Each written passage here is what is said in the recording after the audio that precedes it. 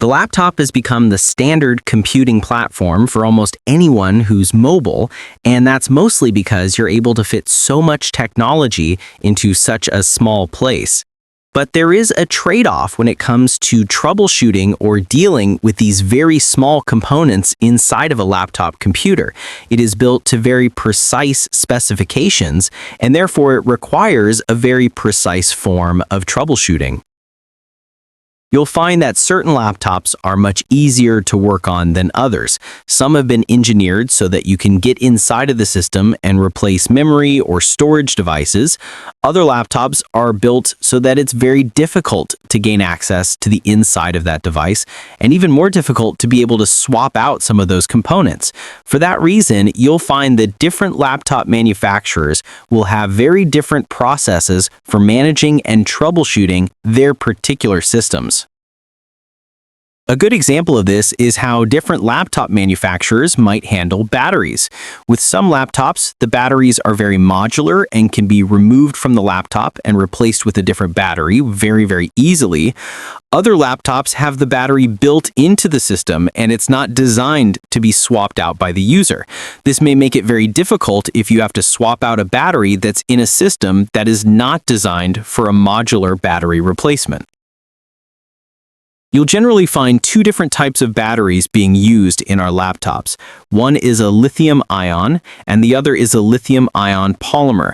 Both of these are designed so that they don't have the traditional memory effect that we had with older battery technologies. This means you can recharge the battery at any time and not worry that you're affecting the overall capacity of that particular battery. You'll also find that different manufacturers use different types of battery form factors. This means that if you need a battery for your laptop, you need to make sure that you're getting exactly the right battery for that specific laptop model. You'll find that if you grab a laptop battery from a different make and model, that it's not going to fit into the battery slot of your laptop. With modular batteries, it's very easy for the end user to be able to remove and replace the batteries inside of that laptop. Usually they have a button that you can press that will pop out one battery, and then you can slide another battery directly into that same slot. If the battery is built into the laptop itself, this type of modularity is not available, and usually you would have to have a technician completely take apart the laptop just to replace the battery. If you've maintained a group of laptops, then you know one of the most used components on that laptop is the keyboard. This commonly means that the keyboard is probably going to be swapped out more than any other component on that particular device. Fortunately, most laptop manufacturers make this process relatively easy. You can usually remove a bezel on the laptop or a few screws, and the laptop keyboard will pop out as a single unit. It very often is connected to the system board of the laptop using a ribbon cable. There's usually a connector on the end that allows you to easily disconnect and then reconnect a new keyboard. If you do have a user that is having problems with their laptop keyboard, or you'd like to perform some diagnostics of that keyboard, you could plug in an external USB keyboard to see what the results might be. This might allow you to work around problems that may exist in the laptop's primary keyboard, and it can also help you troubleshoot whether the problem is with the hardware of the keyboard itself or with the operating system inside of the laptop. Laptop keyboards are designed to be compact so that you can fit everything that would be on a regular-sized keyboard inside of a very small space. Often there will be special keys available, such as a Windows keys or a function key, that can be used simultaneously with other keys on the laptop to perform secondary functions. And if the laptop is wide enough, you may find there's enough room to have a numeric keypad built into the laptop itself, extending the functionality of this portable platform. You may find that the problem you're having is not with the entire keyboard, but only with one key or keycap on that keyboard. This means that you may need to replace a single key on that keyboard. On desktop systems, these keys are relatively robust, and you can work with them to remove a keycap and replace the keycap relatively easily. But on a laptop, these keys are often very fragile, and you have to take special care to make sure that you don't damage the keys as you're replacing them. Make sure you follow the instructions from the manufacturer so that you don't damage anything that may be underneath that keycap. There are different components that are used across different laptop keyboards. And as you can see, it's a very delicate device that can be very easily damaged. So make sure you follow those instructions and you'll have no problem replacing that keyboard component.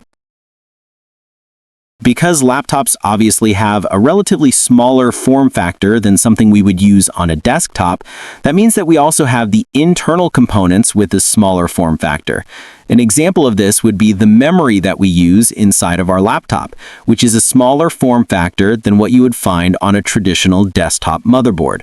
We refer to this dual inline memory module in a laptop as a small outline dual inline memory module, or SODIMM. On laptops that use these SODIMM modules, it's very easy to remove the module and replace it with a new one, but not all laptops provide this level of modularity. You may find that the memory in your laptop is soldered to the motherboard and is not in this modular form. That means that you would have to replace the entire system board if you need to upgrade the memory of that system. To add or replace memory inside of one of these systems, there's usually a place where you can open up a window into the back of the laptop, remove any memory that might be there, or add additional memory into the slots that are available. Once you push down on that particular module, it locks in place with clips that are on the motherboard, and that memory is now upgraded inside of that laptop. Just as our desktop computers have a place where we can store operating system files and user documents, we have the same requirement for our laptop computers. Many of our older laptops will use a traditional hard drive or spinning drive that has platters to be able to store that information. On desktop computers, you may have seen 3.5-inch drives being used for storage, and on laptops, because they are a smaller form factor, you'll find a smaller storage device, and that is a 2.5-inch hard drive. But these days, we have rapidly moved away from a spinning drive inside of a laptop computer to a much faster and much more reliable SSD, or solid-state drive. A solid-state drive is simply memory, and it has no moving parts at all. This allows us to have very fast access to this memory, and also provides additional reliability because we don't have to worry about that spinning drive failing on a laptop device. On older laptops, you may see the SSD in that same 2.5-inch form factor, but newer laptops tend to have an M2 interface, which provides a much smaller form factor on the system board. This also makes it a much easier installation because we simply need to plug in that M2 interface to be able to have access to the data and to power up the drive itself. With the older 2.5-inch form factor, there were two separate connections, one for data and one for power. Here's a good example of both of these storage drive types. The 2.5-inch form factor is on the left, and the M2 interface is on the right. You can see that you have a much smaller form factor for the M2 over the 2.5-inch, which makes it very attractive for laptops and other mobile devices.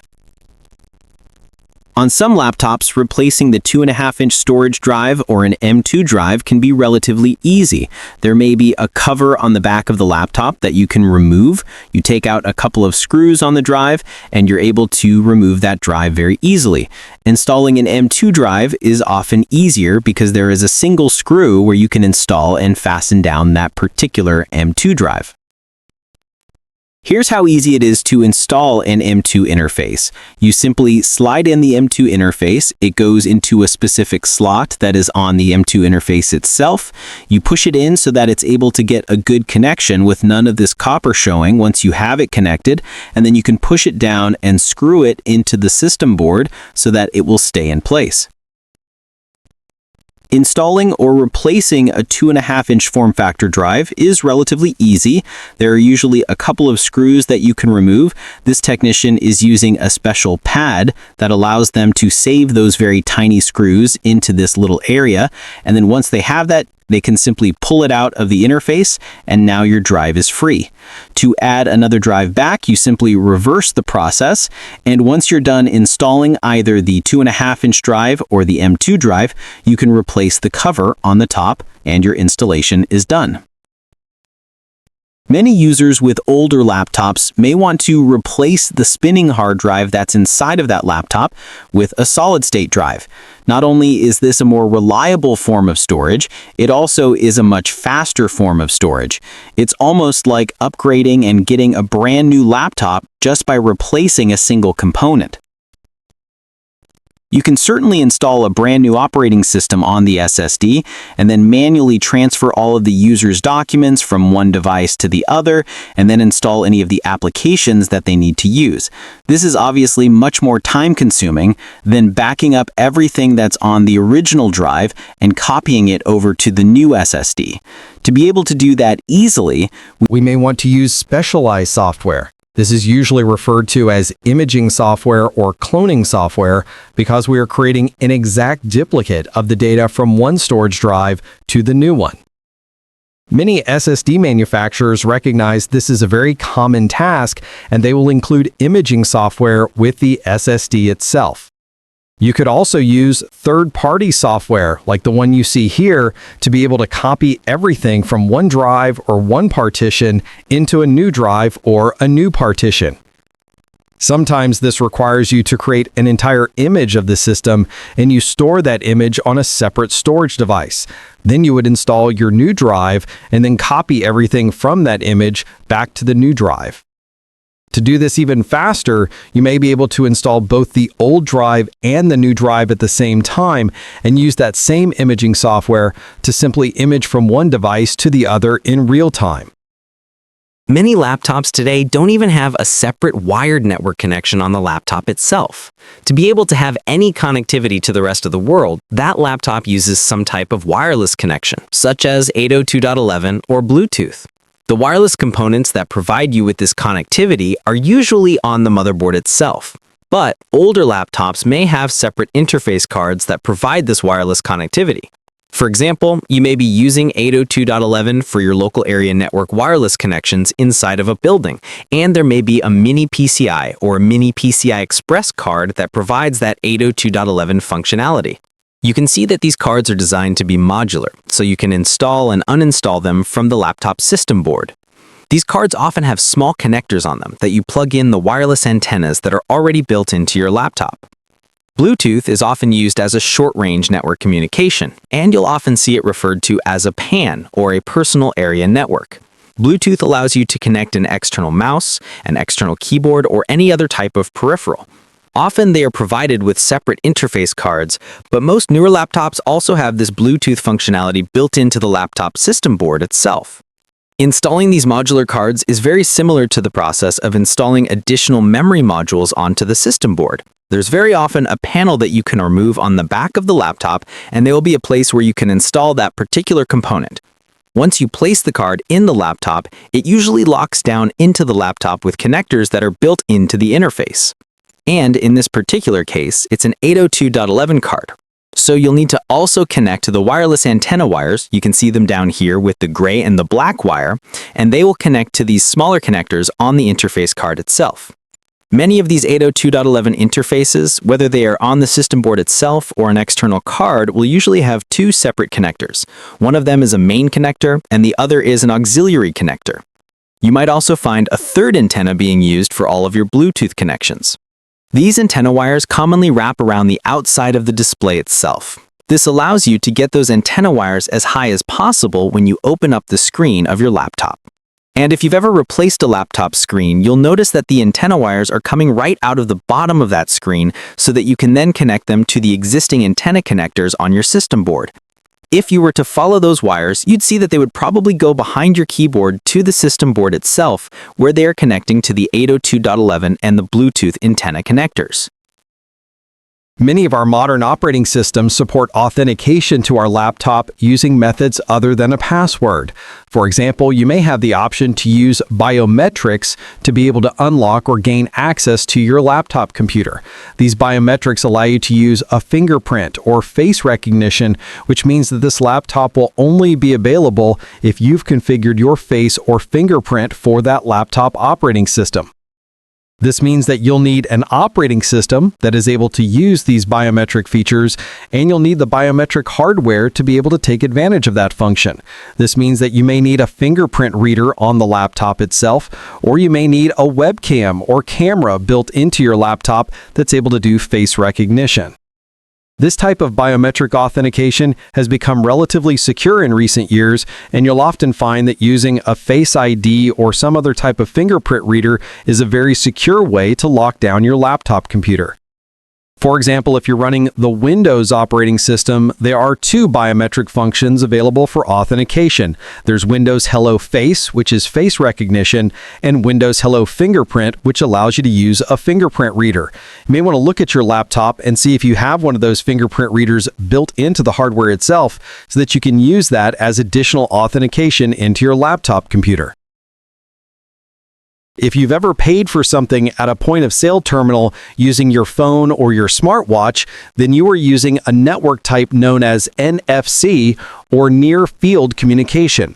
NFC is a very short-range networking function, so usually you have to be relatively close, often 4 centimeters or less, just to be able to use that function.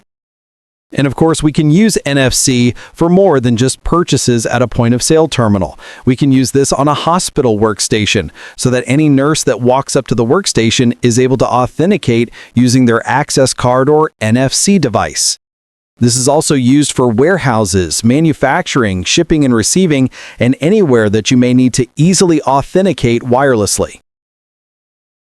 If you have a laptop and you've used it to be in a meeting, then you've probably taken advantage of the camera that is often built into the laptop itself. It's usually right in the center at the very top of the screen. This not only allows you to capture video to a file, but you can also use it for real-time video on things like a video conference call. On most laptops, not only will you have the camera right in the middle, but often there is a microphone to the left and right so that you're able to not only show the video, but people are able to hear exactly what you're saying. These built-in cameras are certainly convenient and allow you to use this functionality without carrying around any other equipment. But if you find you need additional functionality or a higher definition camera, you may want to use an external camera and attach it to the top of your laptop display.